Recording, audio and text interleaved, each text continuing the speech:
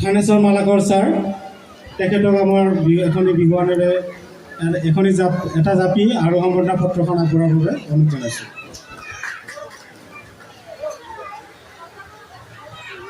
আপোনালোকক সাজু হৈ থকাৰ বাবে অনুৰোধ জনাইছোঁ। এইবাৰ আমাৰ শ্ৰদ্ধাৰ আত্মাৰাম গাৰ্গ,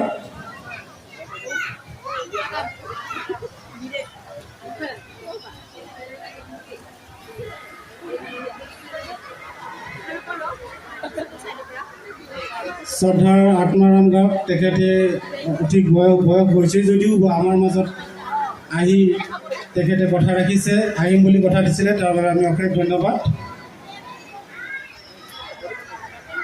আৰু আমাৰ মাজত উপস্থিত এইখন বিদ্যালয়ৰ, যিখন বিদ্যালয়ৰ প্ৰাংগণত আমি আজি বিহু পাতিছোঁ, এইখন বিদ্যালয়ৰ প্ৰধান শিক্ষক অৱনী শৰ্মা ছাৰ।